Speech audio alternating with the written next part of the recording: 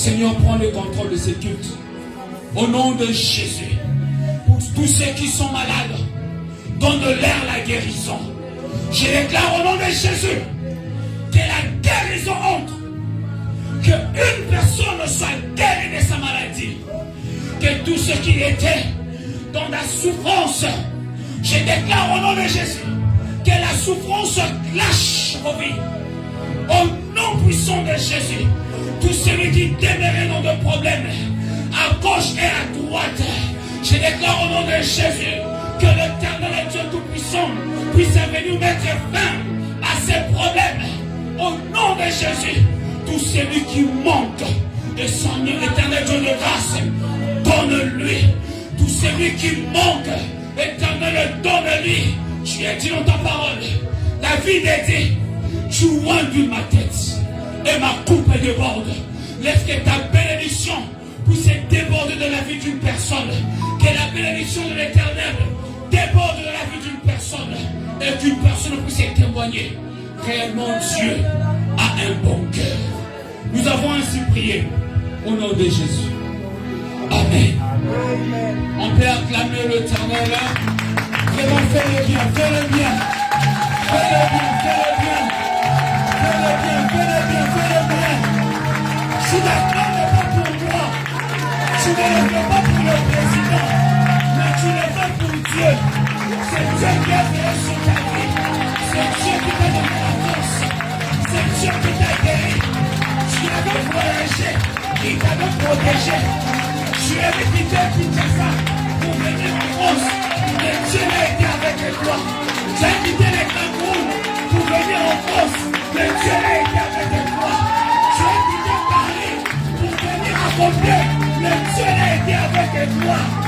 quitté la maison. Et tu es venu au culte. C'est Dieu qui est avec toi. Pendant que tu dormais comme étant inconscient. Tu dormais comme étant héros. Mais c'est Dieu là. Il était à tes côtés.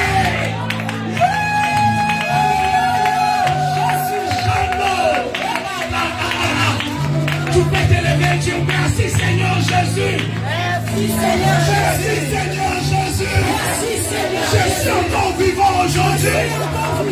Je te dis merci. Beaucoup sont morts. Mais moi je suis vivant. Jésus merci. Tu m'as donné la force ce matin. Je te dis merci. D'autres ont manqué à manger. Mais toi tu m'as donné à manger. Je te dis merci. Notre d'Orléans. Et tu m'as donné un lit. Jésus, je te dis merci. Alléluia. Jésus. Est-ce que, s'il vous plaît, Église, on peut mettre nos mains sur la tête? Je vais faire une déclaration. Posons nos mains sur la tête, je vais faire une déclaration. Je viens de le sentir dans mon esprit. Éternel, Dieu Tout-Puissant. Seigneur, nous te prions afin de donner la paix. Afin d'imposer la paix. Seigneur, viens imposer la paix dans nos vies. Viens imposer la paix dans nos cœurs. Viens imposer la paix dans nos familles. Seigneur, éloigne de nos vies les troubles. Nous te prions, Seigneur, d'éloigner les problèmes de nos vies et de nous donner la paix. Seigneur, impose ta paix dans nos maisons, dans notre santé, dans notre famille. Impose la paix dans le nom de Jésus. Amen. Alléluia. Que Dieu vous bénisse abondamment. En tout cas, je ne vais pas prendre beaucoup de temps par la grâce de Dieu. Que Dieu m'aide afin de respecter vraiment le temps, de prendre peut-être maximum 40 minutes, maximum peut-être. Amen. J'étais en prière. Je ne savais pas que j'allais prêcher aujourd'hui. Mais hier la nuit, papa est venu me voir et m'a dit, je lui ai dit que je puisse prêcher. En tout cas, je n'étais pas programmé normalement. Je n'avais même pas préparé l'enseignement. Et j'ai demandé à Dieu, Seigneur, qu'est-ce que je vais parler? Il y a un esprit qui m'a dit, non, tu peux parler sur les prophétiques, parce que j'avais un séminaire, je viens de le finir, c'était les vendredis, un séminaire que je parlais sur les prophétiques. Et j'ai dit, non, je vais parler sur les prophétiques. Et j'ai commencé à prier. J'ai fini ma prière, papa Didier. J'ai dit, je commence à préparer, c'est vers 22h, je crois. Je commence à préparer l'enseignement d'aujourd'hui. C'était sur les prophétiques. J'ai commencé à préparer. Après, un esprit m'a dit, il y avait une bouteille dans la chambre. Et l'esprit m'a dit, prends cette bouteille, va mettre dans la poubelle. Mais en bas. Il y a aussi des poubelles à la chambre, dans des toilettes qui est au-dessus. Je pouvais prendre la bouteille et poser dans la poubelle à partir de la toilette. Mais Dieu me dit, descends en bas. J'arrive en bas, je vois papa et maman, ils étaient là. Et on a commencé à parler. Bon, c'était vite fait. J'ai dit, c'était les histoires des troubles du pays, quoi. Ouais. Il y avait des inondations qui s'est fait au Congo. Alors, mais il y a des cela, je crois, 2 semaines, 3 semaines, j'avais fait une vision. J'avais dit ça à mes parents, je les ai dit. J'ai dit, j'ai fait une vision. J'ai vu le fleuve Congo sécher. Mais ce qui est plus dangereux, il y avait les animaux sauvages qui étaient sortis du fleuve pour pouvoir tuer les gens. Et, pour votre information, les bilans provisoires, le fleuve a débordé au Congo. Il y a déjà 300 personnes provisoirement qui sont déjà parties. Oh my God. Provisoirement déjà. Je ne sais pas quel sera le bilan total. Mais 300 personnes qui sont parties, le fleuve avait débordé au niveau du Congo, au niveau de Kinshasa. Et pendant qu'on parlait, maman m'a dit directement, elle m'a dit, il y a de cela aussi, 2 ou 3 jours, je fais une vision. J'ai vu le feu embraser la terre. Ce feu-là était tellement fort elle embrasait, même les immeubles étaient en feu. Et lorsque maman a dit ça, je me suis dit directement, le Saint-Esprit m'a dit, voilà les messages que tu vas aller apporter à mon père. Je reviens bientôt. Le thème d'aujourd'hui sera intitulé prépare-toi à la rencontre de ton Seigneur. C'est un enseignement que Dieu m'aide vraiment. C'est un très grand message, mais par la grâce de Dieu, je vais faire l'effort de synthétiser, d'être vraiment beaucoup plus bref. Peut-être plus tard, parce que j'aurai beaucoup de temps, peut-être plus tard, si Dieu nous permet encore, je reviens sur la chair. On va développer à long et à large. Le thème, c'est prépare-toi à la rencontre de ton Seigneur. La vision que maman a faite, cela m'avait beaucoup touché lorsque je suis rentré dans la chambre et je commençais à écrire. Le feu est venu sur la terre pour détruire la terre. Nous sommes dans une terre passagère. On ne restera pas éternel sur cette terre. Maman, pardon, vous pouvez m'aider s'il vous plaît avec votre Bible. On va prendre quelques portions des Écritures. Bon, je serai vraiment rapide. On prend Matthieu chapitre 24. Verset 37 à 46. On peut honorer la parole de Dieu, s'il vous plaît. Honorons la parole de Dieu. Je vais faire un enseignement, ça, je serai rapide dans mon enseignement. Je serai vraiment rapide. Matthieu 24. J'aimerais que tout le monde puisse prendre sa Bible, c'est très important que nous puissions lire ces passages. Matthieu 24, verset 37 à 46. Nous lisons au nom de Jésus. Amen. Ce qui arriva du temps de Noé arrivera de même. Maman, allons doucement. Ce qui arriva du temps de Noé arrivera de même à l'avènement du Fils de l'homme. Pardon maman, qu'est-ce qui était arrivé au temps de Noé? C'est la question qu'il faut se poser. Continue. Car dans les jours qui précédèrent les déluges, les hommes mangeaient et buvaient, se mariaient et mariaient leurs enfants jusqu'au jour où Noé entra dans l'arche. Okay. Est-ce qu'on peut se rasseoir? On peut se rasseoir parce que je vais continuer à expliquer le passage. Maman, vous allez continuer avec moi.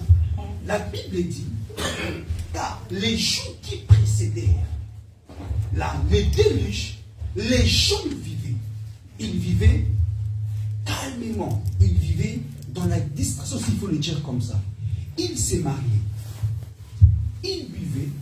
Ils mangeaient. Et ils ont même oublié que c'était l'essentiel. C'est quoi l'essentiel? Beaucoup de gens oublient ce qui est plus important pour leur vie. Parce que l'homme sur la terre, ce n'est qu'un passager. L'homme oublie cela. La Bible dit dans le livre de Ecclésiaste, chapitre 3, si je ne m'abuse pas, chapitre 11, verset 3, si je ne m'abuse pas. La Bible dit, lorsque Dieu avait créé l'homme, il avait placé dans son esprit la pensée de l'éternité. Mais qu'est-ce qui arrive? Mais qu'est-ce qui s'est fait que l'homme oublie la pensée de l'éternité? C'est la distraction. Éphésiens, l'apôtre Paul dit, l'apôtre Paul appelle ça les trains de ce monde. On peut continuer? 39e verset. Et ils ne se doutèrent de rien jusqu'à ce que le déluge vint et les emportant tous. Et il en sera de même à l'avènement du Fils de l'homme. Écoutez encore cette précision. Les hommes sont doutés de rien. Vu qu'ils ont oublié l'essentiel. L'essentiel, ce n'est pas le manger. L'essentiel, ce n'est pas le fait de boire. L'essentiel, ce n'est pas le fait d'avoir de véhicules, d'avoir de parcelles, d'avoir je ne sais quoi. Être beau, être belle, avoir de beaux vêtements. Ce n'est pas ça l'essentiel. Les hommes, ils ont oublié l'essentiel. Ils ont oublié qu'un jour, ils peuvent partir. Si tu meurs aujourd'hui, où iras-tu? Parce que l'essentiel, tu l'as oublié. Les hommes sont doutés de rien. Ils faisaient tout ce qu'ils voulaient calmement. Pardon. Jusqu'au jour où Noé entra dans l'arche et ferma Dieu, c'est Dieu qui a fermé la porte de l'arche. Ce n'est pas Noé qui a fermé la porte de l'arche. C'est Dieu qui avait décidé. Les jours que tu mourras, ce sera Dieu qui va décider. C'est fini pour toi. Le retour de Christ aussi, c'est la décision de Dieu. Tant que ton âme n'est pas préparée, où iras-tu? Continuez, mon. Le 40e verset. Alors les deux hommes qui seront dans les champs, l'un sera pris et l'autre laissé. Deux femmes. Non. Je vais parler des hommes d'abord. La Bible dit des deux hommes, continuez avec la mélodie, pardon, des deux hommes qui seront dans les champs. Un sera pris et l'autre restera. Écoutez ce que signifie les champs. Les champs qu'on parle ici, c'est le travail. Tu es dans ton travail, tu travailles. Tu vas au boulot, tu as ton business. Peut-être que ça sera ton premier sens comme les études aussi. Mais tu ne dois jamais oublier, malgré que tu travailles, respecter beaucoup plus Dieu que ton travail. Donne beaucoup plus de la valeur à ton Dieu qu'à ton travail. Parce que si tu favorises beaucoup plus ton travail, les jours de l'avènement de Christ, tu vas rester. Tu vas rater les cieux. Et celui qui s'était attaché à Dieu partira. Il va monter. Dieu va les prendre. Est-ce que tu es à la première position de ton cœur ou bien c'est ton travail d'abord? On peut continuer. Des deux femmes qui moudront à la meule, l'une sera prise et l'autre laissée. Merci beaucoup. Ici, je veux parler des copines, les amis, tout ça. Peuple de Dieu, ce n'est pas mauvais d'avoir des amis. Mais un conseil, ne suivez jamais de mauvais amis. N'ayez jamais de mauvaises copines. N'ayez jamais de mauvais copains. Qui vous poussent toujours à de mauvaises choses. Allons faire des choses qui sont contre la volonté de Dieu. Ces gens-là, il faut s'éloigner d'eux. Écoute, la Bible dit, il y aura deux femmes qui seront en train dans ce dit, ils seront en train de faire le bleu. Mais l'une partira et l'autre va rester. Cela veut dire ceci. Malgré que tu aies des copines, tu dois avoir un attachement à Dieu. Parce que le jour que le ciel décidera, ta copine ne va pas te retenir. Oui, l'homme n'est pas le maître de sa vie. C'est Dieu qui est le maître de la vie de l'homme. Ne suivez jamais l'influence des autres. Si l'autre t'influence dans le mal, tu dois t'échapper de lui, t'éloigner de lui. Il va t'entraîner en enfer. Parce que si seulement tu rates le ciel, c'est fini pour toi. Il n'y a pas de prolongation. Amen. Amen. Qui est-ce que tu fréquentes? Qu'est-ce qui te dit? Qu'est-ce qui te pousse à faire? Un conseil. Au-delà de vos amitiés, au-delà de vos relations, ayez l'attachement à Dieu. On peut continuer, maman. Merci. 42, le verset 42. Veillez donc, puisque vous ne savez pas quel jour votre Seigneur viendra. Ça, c'est profond. La Bible dit, veillez donc. Vous ne savez. Quand est-ce que le Christ viendra? Si Christ n'est pas mort, il n'est pas arrivé. Peut-être la mort aussi peut dépendre. Parce que la mort aussi, c'est la fin. Et c'est le mystère le plus compliqué qu'on n'a jamais résolu. Le mystère de la mort. Si tu te dis, oh, Christ n'est plus par la tête, il n'est pas encore arrivé, ok, c'est bon. Alors la mort. Si aujourd'hui la mort te surprend, mon père dit, sachez-le bien, si le maître de la maison savait à quelle veille de la nuit le voleur doit venir, il veillerait et ne laisserait pas percer sa maison. C'est très important. La maison qu'on parle, c'est ta vie, c'est ton cœur. La Bible dit, si le maître de la maison, les propriétaires de la maison savent, il a connaissance qu'il y aura un voleur qui viendra cette nuit-là, il ne va pas se coucher. Il va veiller jusqu'à ce que les voleurs viennent pour l'empêcher d'entrer. Est-ce que vous me comprenez? Amen. Écoutez clairement. Christ, lorsqu'il reviendra, on sera tous surpris qu'il est déjà là. Tu dois veiller sur toi. Tu dois veiller sur ton âme. La Bible dit, en tout temps, tu dois laver tes vêtements. C'est-à-dire, les vêtements qu'on parle, c'est ta vie. Tu dois te purifier. Tu dois te détacher du mal. Tu dois te détacher du péché. Moi, je dis toujours, tout le monde peut pécher.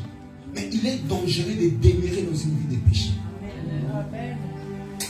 Si tu demeures dans une vie de péché, tu es carrément un candidat potentiel pour l'enfer. Mais il peut arriver que tu pêches. Mais une fois que tu pêches, réponds-toi. Nul n'est parfait. Mais il faut se repentir. Se repentir veut dire changer la direction de ses pensées. Tu changes la direction de ces pensées qui t'a mené vers le mal. La pensée t'a mené vers l'homosexualité. La pensée t'a mené vers des choses qui sont mauvaises, qui sont contre la volonté de Dieu. Tu dois changer la direction de tes pensées. C'est ça la repentance. Alléluia. Comment on peut aller vite pour finir? C'est pourquoi vous aussi, tenez-vous prêts, car le Fils de l'homme viendra à l'heure où vous n'y penserez pas. Ce texte, c'est profond. Je vous dis, elle est profonde. Tenez-vous prêts. Le moment que tu vas t'attendre le moins, c'est le moment que Christ va revenir. C'est maintenant là. Des choses sont dans les distractions. Pour votre information, tous les signes qu'a parlé la Bible concernant les retours de Christ, tout est déjà accompli. Tous les signes, maman. La Bible avait donné un signe qui est puissant. Il dit, lorsque vous allez remarquer l'abomination atteindre jusque le lieu saint, sachez bien que le Fils de l'homme est dans la porte. Est-ce que vous savez? L'abomination atteindre les lieux saints, c'est-à-dire atteindre la chair. Parce que dans les temples, nous avons trois parties. Nous avons les parvis, qui est l'entrée. Nous avons le lieu saint et nous avons le lieu très saint. Le lieu très saint, c'était réservé uniquement aux sacrificateurs. Mais la Bible dit, lorsque vous allez remarquer l'abomination atteindre juste les sacrificateurs, comprenez que Christ est déjà à la porte. N'est-ce pas qu'on vient d'officialiser l'homosexualité par un homme religieux puissant du monde? Il a dit, on officialise, le mariage homosexuel sera officialisé. Nous, on est contre ça. Mais c'est un signe très puissant pour comprendre que, sincèrement, Christ, il arrive bientôt. Bientôt, là, je vous dis. Imaginez, le monde reconnaît cet homme-là comme l'homme le plus religieux du monde. C'est un père. Saint-Père, c'est comme ça qu'on l'appelle. Un Saint-Père. Mais il dit, parce que la Bible a parlé de... Écoutez, l'homosexualité n'est pas un péché, mais c'est une abomination. Et Jésus n'était pas mort pour l'abomination. Jésus était mort pour le péché. L'abomination là, ça n'intéresse pas Jésus. Tout droit le faire. Mon Père. Le verset 45. Quel est donc le serviteur fidèle et prudent que son maître a établi sur ces gens, pour leur donner la nourriture au temps convenable. Merci. Ce que je vous dis là, c'est la nourriture du soir. La nourriture du temps convenable. C'est cette nourriture que nous, chrétiens, qu'on doit faire quoi? Que nous devions manger. C'est cette nourriture qu'il nous faut maintenant. Parce que les jours sont devenus très mauvais. Que tu n'apprécies pas le message. Moi là, je suis en train de faire mon rôle. Si seulement je meurs maintenant là, les anges viendront me prendre. Et toi, si tu meurs maintenant, qui viendra te prendre? C'est pourquoi on donne ces messages. Pour que nous tous, les jours de notre mort, que Christ se fasse quoi? Il est important de préparer un peuple qui est capable de répondre aux besoins de Christ, qui correspond aux besoins de l'époux. La Bible parle de 10 vierges. La Bible dit, il y avait 10 vierges. 5 étaient intelligentes, 5 étaient moins intelligentes. Ceux qui étaient intelligents, ils avaient pris de l'huile, ils avaient mis dans l'air lampe. Et lorsque l'époux était arrivé, l'époux a pris ceux qui avaient de l'huile à laquelle leur lampe était allumée. Est-ce que la lampe de ta vie est toujours allumée? Bien, c'est éteint. Alléluia. Amen. On peut continuer. 46. Heureux ces serviteurs que son maître à son arrivée trouvera faisant ainsi. Okay. Je vous l'ai dit en vérité, il l'établira sur tous ses biens. Ok, merci maman. Allons rapidement, prenons Luc 21. Luc 21.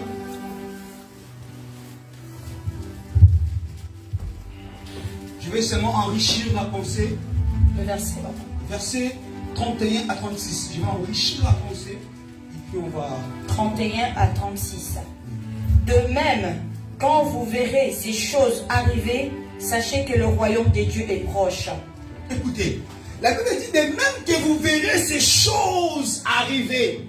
Quelles choses? Les abominations, l'accomplissement de signes qu'a parlé Christ. Une fois que vous allez le voir, sachez bien que le Christ fait quoi? Il approche. Alléluia. Amen. Allez-y, maman. Je vous l'ai dit en vérité, cette génération ne passera point. Cette génération ne passera point. Que tout cela n'arrive. Continuez, maman. Continuez, je vais revenir. Le ciel et la terre passeront. Le ciel et la terre. Le ciel qu'on parle, on parle de ce ciel qu'on voit là. Et la terre, cette terre à laquelle nous vivons. C'est là vont faire quoi? Passeront. Passer. Mais, qu'est-ce qui va rester? Mais mes paroles ne passeront point. Mais la parole de Dieu, la parole que je vous enseigne aujourd'hui, ne passera jamais. Si tu gardes ces paroles dans ton cœur, je vous dis, même au ciel, tu vas te souvenir de ces jours. Allez-y. Prenez garde à vous-même, de crainte que vos cœurs ne s'apaisantissent par les essais du manger et du boire, et par les soucis de la vie, et que ces jours ne viennent sur vous à l'improviste. Car... Pardon. La Bible dit de faire quoi? De prendre garde. De faire attention. Faire attention à ta marche. De faire attention à ta vie. Si tu ne veilles pas sur toi, qui va veiller sur toi? Si tu t'exposes toi-même, tu es tout le temps dans de mauvaises choses. Pourquoi tu t'exposes comme ça? Pourquoi il faut être tout le temps dans des endroits qu'il ne faut pas être? Tu sais que dans cet endroit-là, ton âme sera souillée. Mais tu veux être là. Tu fais des choses qui ne correspondent pas à Dieu. Veille sur ta vie. La vie, elle est très courte. Très courte. Allez-y. Car il viendra comme un filet sur tous ceux qui habitent sur la face de toute la terre. Veillez donc et priez tout le temps, afin que vous ayez la force d'échapper à toutes ces choses qui arriveront et de paraître debout devant le Fils de l'homme. Et de paraître debout devant le Fils de l'homme. Ce qui te fait vraiment. Prenez rapidement Matthieu 6, 25. Après vous allez sauter 27. Après vous allez prendre 33. Matthieu 6, 25. 25. Matthieu 6, 25. C'est pourquoi... Bon, allez-y, allez-y. C'est pourquoi je vous dis, ne vous inquiétez pas pour votre vie, de ce que vous mangerez, ni pour votre corps de quoi vous serez vêtu. La vie n'est-elle pas plus que la nourriture, et le corps plus que le vêtement? Écoutez, ceci c'est important. Les personnes qui aiment le monde plus que Dieu, qui aiment le vêtement plus que Dieu, qui aiment le travail plus que Dieu, je vais vous dire une chose qui est importante. La vie, votre vie est plus importante que les habits que vous avez portés. Votre vie est plus importante que le travail. Yes. Écoutez, aujourd'hui on peut t'emmener votre travail, on peut t'emmener au boulot. Ça peut arriver. Mais si en toi tu as Christ, personne ne va te faire démissionner en Christ, maman. Personne ne viendra te dire, allez, tu sors, on te cherche Christ. À la croix, Christ avait cette position. Je vais expliquer rapidement cette position. Il y a la position verticale et la position horizontale. La position horizontale, c'est Dieu, Christ, il était en train de démontrer au monde qu'il est venu relier l'homme et l'homme. Éviter les conflits entre vous. Frères, sœurs, évitez les conflits. Le rôle de Christ à la croix, parmi les rôles de Christ à la croix, la position horizontale, c'était pour relier l'homme qui est au sud à l'homme qui est au nord. Pour le mettre en relation, pour qu'il n'y ait pas de conflit. La deuxième position, c'est la position verticale. C'est la parmi les positions les plus importantes. Christ était venu relier la terre et le ciel. C'est là qu'on parle de la relation existante entre l'homme et Dieu. Tu dois faire de ton mieux d'aller à la croix, de voir la position verticale afin de pouvoir établir ta relation par le mystère de la croix entre toi et Dieu. Yes. C'est la relation la plus importante. Maman, prenez 33. Vous avez déjà lu 27? Non, ça c'était à 25. 27 27. maintenant. Qui de vous, par ses inquiétudes, peut ajouter une coudée à la durée de sa vie? Personne. Personne ne pourra ajouter même un jour dans sa propre vie. Personne. Personne ne peut rajouter. Il s'est dit, bon, je vais vivre 120 ans sur la terre. Personne. L'homme n'est pas le maître de sa vie. Allez-y, maman. Le 33e verset. Cherchez premièrement le royaume et la justice de Dieu, et toutes ces choses vous seront données par-dessus. Ces passages, tout le monde les connaît. Tout le monde, même les petits enfants connaissent ces passages. Que nous devons chercher premièrement ce qui est dans le. Et le reste nous sera donné par. C'est sûr. Cherchons premièrement les choses d'en haut. Écoutez, Colossiens, vous prenez ça, Colossiens, chapitre 1er, chapitre 3, verset 1 à 2. Vous êtes déjà là?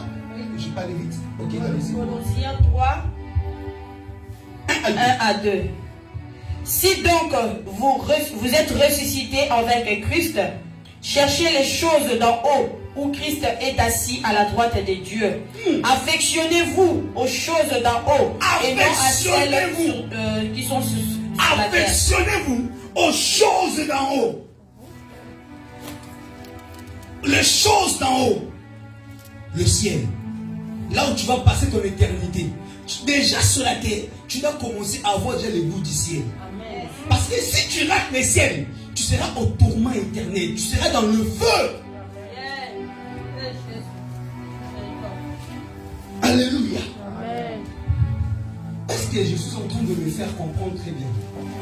Est-ce que vous comprenez ce chantier de Dieu? Yes. Je vais vous parler maintenant d'une stratégie que le diable avait établie. Les diables, le monde satanique, les sorciers, les diables, ils avaient fait une réunion pour étudier l'homme, surtout les hommes de notre génération, et afin de voter une loi contre les hommes pour les empêcher d'entrer au ciel. Ils ont étudié l'homme. Ils ont compris que Maman Caro, que les hommes aiment Dieu. Mais malgré qu'ils aiment Dieu, ils aiment le monde. Et leur attachement à Dieu et leur attachement au monde deviennent plus forts à Dieu. Ils se sont dit, vu que maintenant, là, c'est dans cette génération, prier, c'est à la mode. Prier maintenant, là, ça fait cool. Je suis chrétien, moi. Je suis chrétien. Ça fait maintenant cool. Parce que je vous en parle des sorciers. Maintenant, les sorciers, là, là, ils sont grandissés à l'époque. Qu'on reconnaissait plus, là, c'est un sorcier. Je dis, c'est fini, cette histoire-là. Tout le monde, maintenant, fuit à l'église. Tous ceux qui viennent à l'église, là, ah, ne sont pas seulement des dieux. Hein. Même les sorciers viennent à l'église.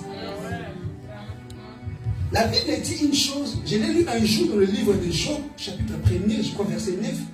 La Bible dit, papa, le diable est très dangereux. La Bible dit ceci, Dieu rassemble le Fils au ciel, pas sur la terre. C'est au ciel que Dieu rassemble le Fils. On les appelle le Fils de Dieu. Donc ça dit les anges. Il les rassemble tout autour de lui. Et les diables viennent. Les diables s'est déguisé comme étant un ange. Lorsqu'il est entré à la réunion, papa, les anges n'ont pas reconnu que c'était les diables. Donc, le diable est assis à la réunion de Dieu. Avec les anges. Il dit, moi, Michael, Michael, Gabriel, ça va. Mais il ne sait pas si c'est qui. C'est Dieu qui l'a reconnu. Pendant qu'on est là, c'est Dieu qui nous connaît. Amen. Moi, je suis qu'un simple pasteur. Je ne connais pas vos cœurs. Mais Dieu connaît la pensée la plus profonde de ton cœur. Il connaît même tes intentions. Qu'est-ce qui peut se cacher de toi? Amen. Amen.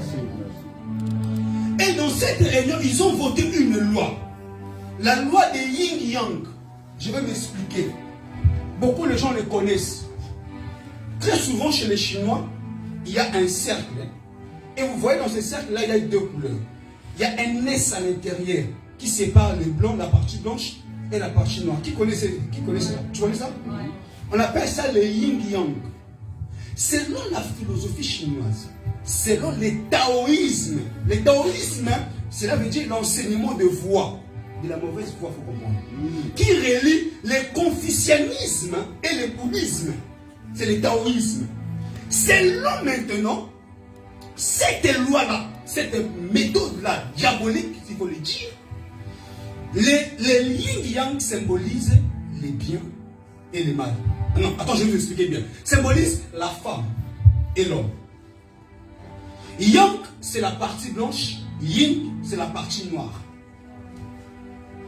Autrement, on peut dire, elle relie, elle unifie deux choses. C'est-à-dire, tu es homme, mais tu es femme. Vous voyez la stratégie de l'homosexualité, la chose, c'est tu es homme, mais tu es encore femme. Tu es femme, mais tu es encore homme. L'homosexualité, même papa. Une loi dangereuse, la loi de Yin Yang. Et autre explication, la loi de Yin Yang rassemble, met en union les négatifs et les positifs. Donc pour que les négatifs demeurent avec les positifs encore.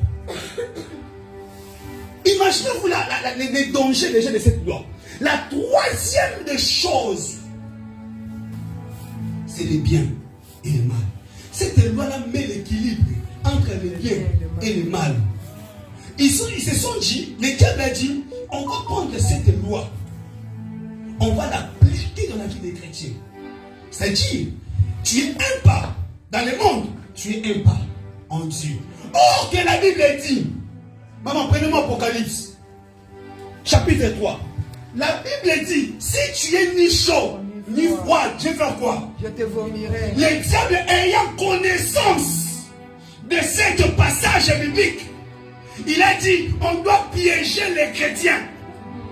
On doit les piéger. Qu'ils soient ni chauds, ni froids. Si on te cherche parmi les mauvaises personnes que trouve, on te cherche parmi les chrétiens, on te voit aussi. Oh!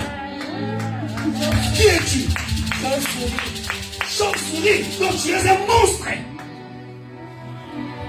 Allez-y, maman. Apocalypse chapitre 3, verset 14.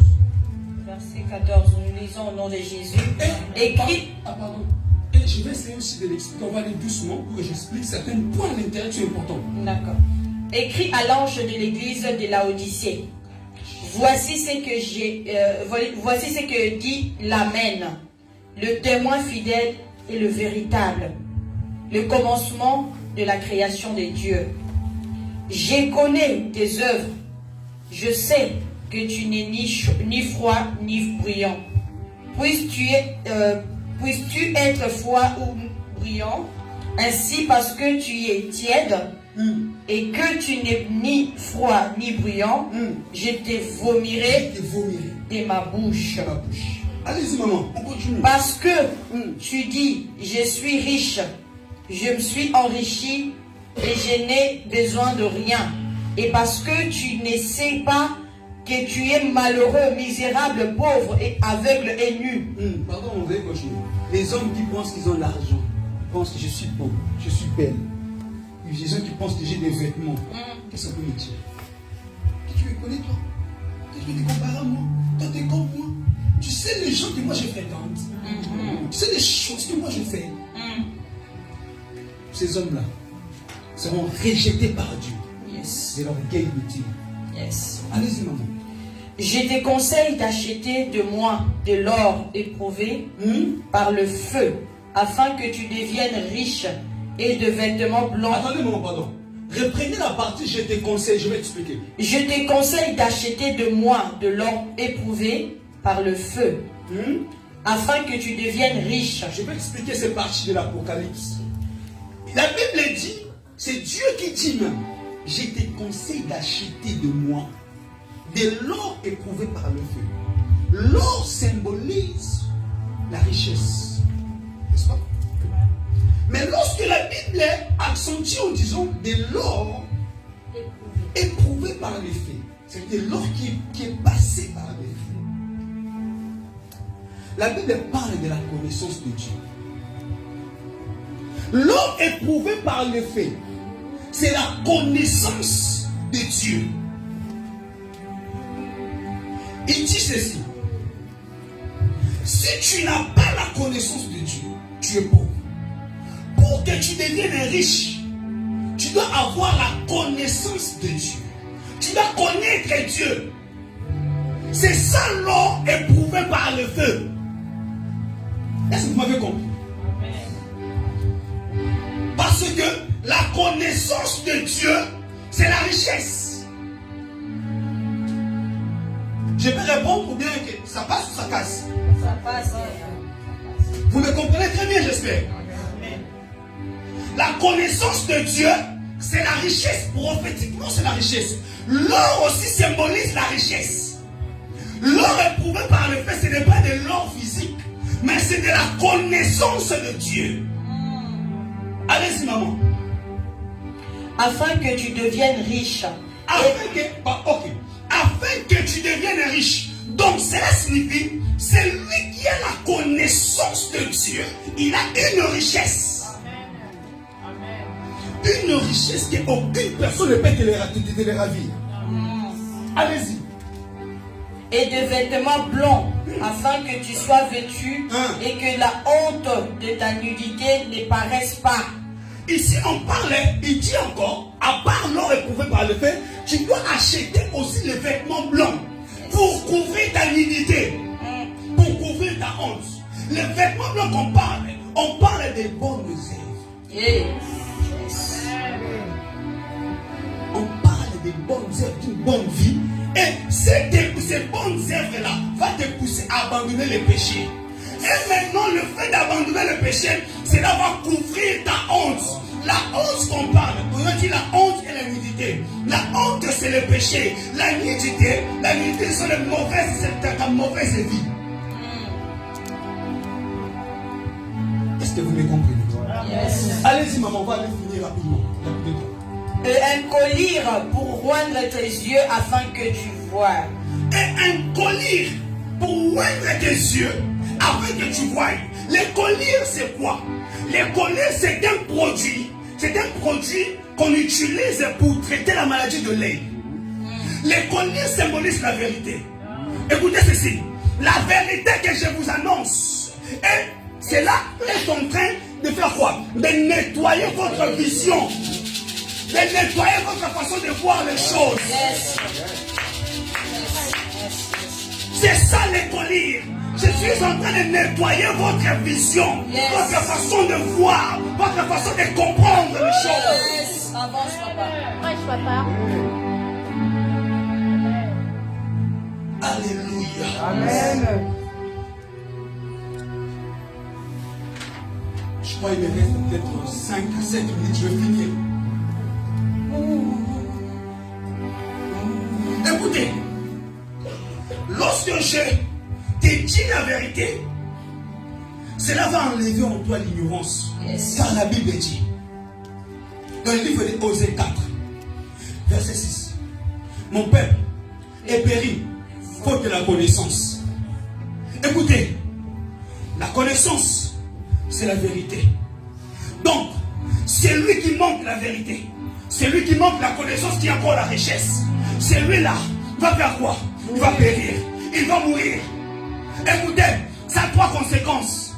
Ça a 3 dimensions de la mort. La première dimension de la mort, ça va causer, c'est la mort de l'esprit ou la mort de l'âme. Là, c'est la première dimension. Le fait de manquer la vérité, le fait de manquer la connaissance de Dieu, cela va entraîner la mort de l'esprit.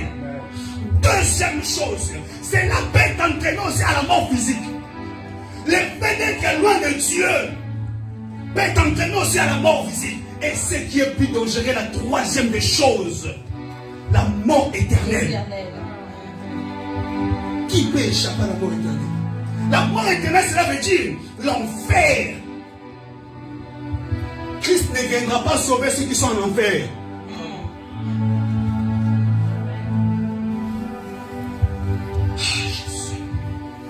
Écoutez ceci. Non, vite fait. J'ai passé le temps. Jean, il n'y a pas de vie en dehors de Jésus. Dans le livre de Jean, vous n'allez pas lire, maman.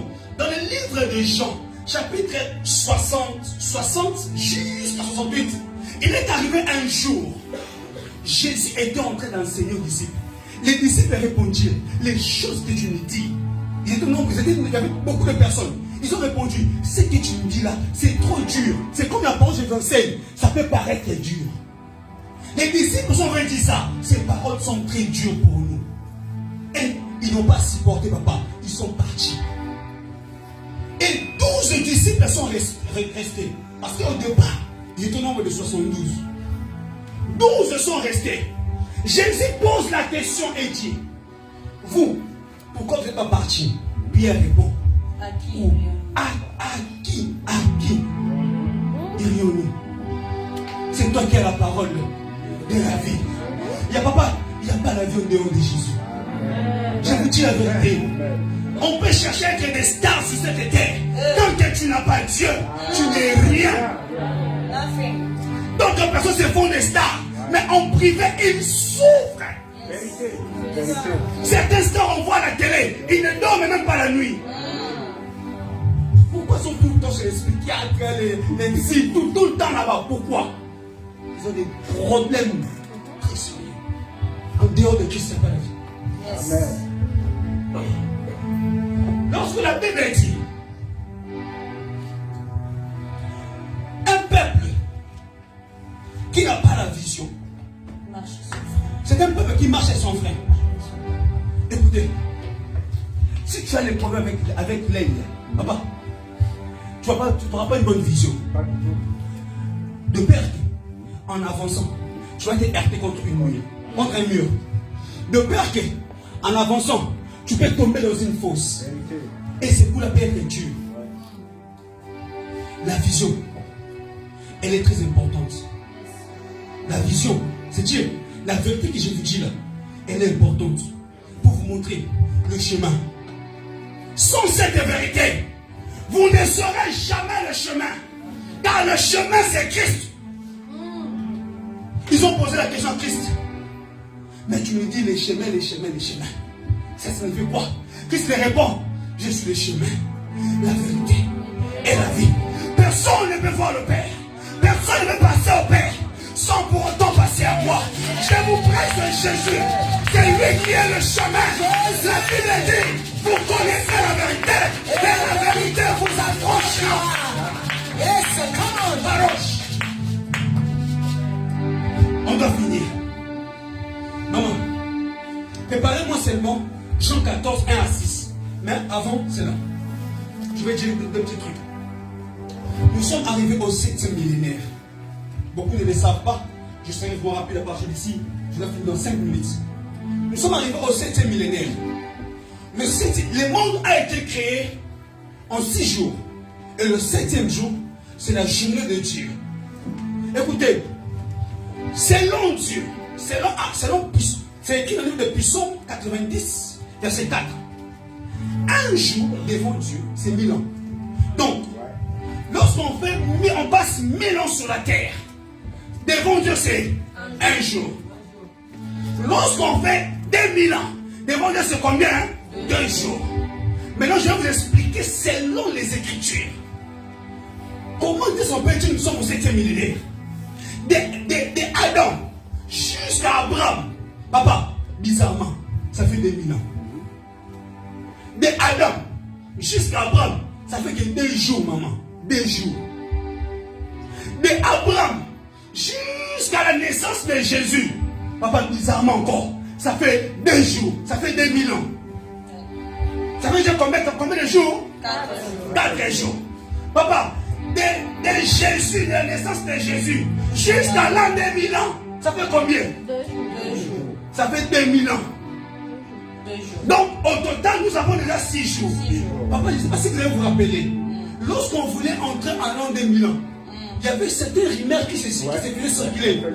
La fin du monde. Pourquoi les gens disaient cela?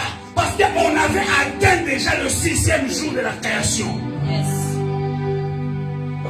L'an 2000 ans, c'était le dernier jour, le 6e jour de la création, le jour que Dieu avait créé l'homme.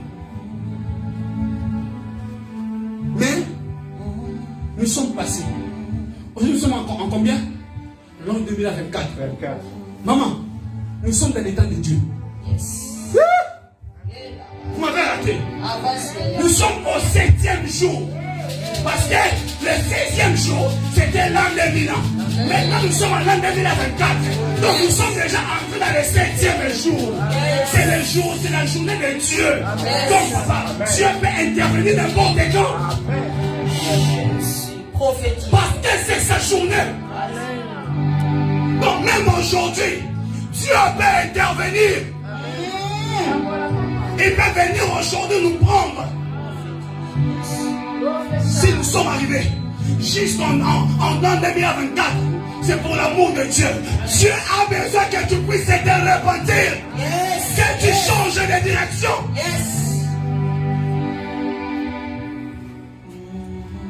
Il reste peu de temps. Il nous reste peu de temps. Nous sommes au moment où l'arbitre peut dire c'est fini. À n'importe quand. Parce que c'est lui qui a les derniers mots, a déjà le sifflet à la bouche. Jésus tient déjà le sifflet à la bouche. Il suffit seulement prier. Le match est fini. Ça sera au sang de l'archange de Dieu. Aïe aïe aïe aïe aïe aïe aïe aïe aïe aïe. Ça sera au sang. Lorsqu'il y aura un archange de Dieu, il sera avec la trompette. Il va faire seulement point. Lorsqu'il fait point, tout sera fini. Ne rate pas le ciel. Tu fais tout arrêter dans la terre. Ne rate jamais le ciel. Si tu rentres dans le ciel, il n'y a plus de récupération. Jésus. Prépare-toi maintenant à la rencontre de ton Seigneur. Maman, rapidement, on va finir avec Jean. Jean 14. Jean 14, 1 à 6. Nous lisons au nom de Jésus. Je finis ici. Que tout le monde prenne sa Bible. On va lire ensemble. On finit ici. Après ce passage, j'ai remis le micro.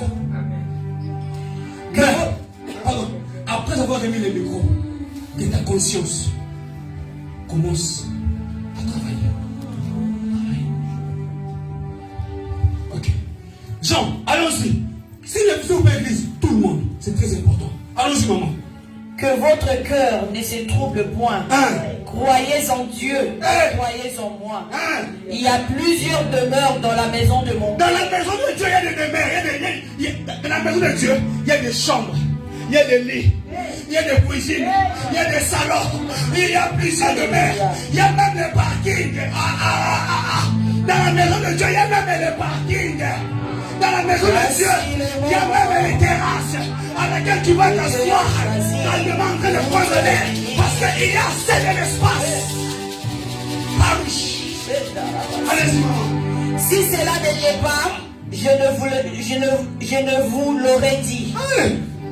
Donc s'il n'y avait pas de l'espace au ciel dans la maison de Dieu, Christ n'aurait jamais pris le risque de nous dire cela. Je vais vous préparer une place. Et lorsque je m'en serai allé et que je vous aurai préparé une place, je reviendrai et je vous prendrai avec moi. Afin que là où je suis... Christ, il a dit ceci. Je m'en vais vous préparer une place vers mon Père. Je pars arranger des lits. Je vais arranger un lit pour papa Willy. Je vais arranger un autre pour maman Catine. Je vais arranger un autre pour Ange Martine. Je vais arranger un autre pour Merveille, pour Bénège, pour papa Didier, pour maman Catherine, pour maman Caro, pour Shalom, pour maman. Je sais que Dieu, Christ est parti arranger une place pour toi.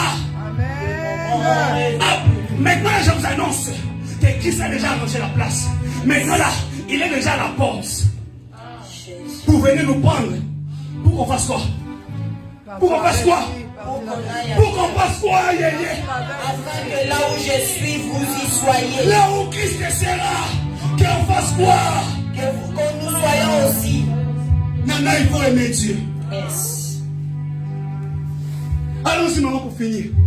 Afin que là où je suis, vous y soyez aussi. Vous savez où je vais et vous en savez le chemin. Thomas lui dit, Seigneur, nous ne savons où tu vas, comment pouvons-nous en savoir le chemin? Jésus lui dit, je suis le chemin, la vérité et la vie. Nul ne vient au Père que par moi. Si vous me connaissiez, vous connaîtriez aussi mon Père. Merci. Est-ce que l'église, est-ce qu'on peut entrer en nous et commencer à prier? Je ne sais comment tu mènes ta vie, mais que tu fasses cette prière. Seigneur, s'il te plaît, je ne veux pas rater le ciel.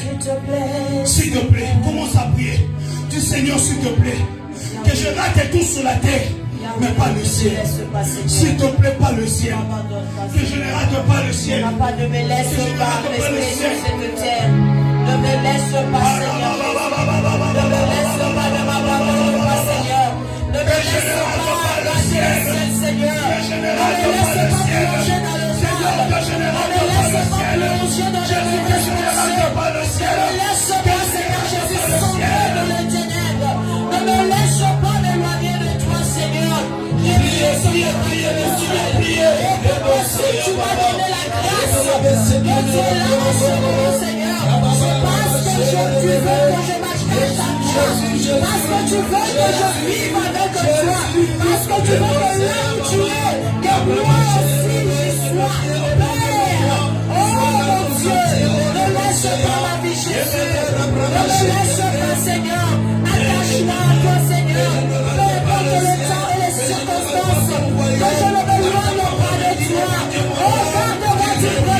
Seigneur. Viens tout près de toi, Jésus. Alléluia. Jésus, je ne m'arrêterai ton chemin. Au nom de Jésus, au nom de Jésus, au nom de Jésus. Dieu a choisi. Yebebe le prebe shia. Voici le monde.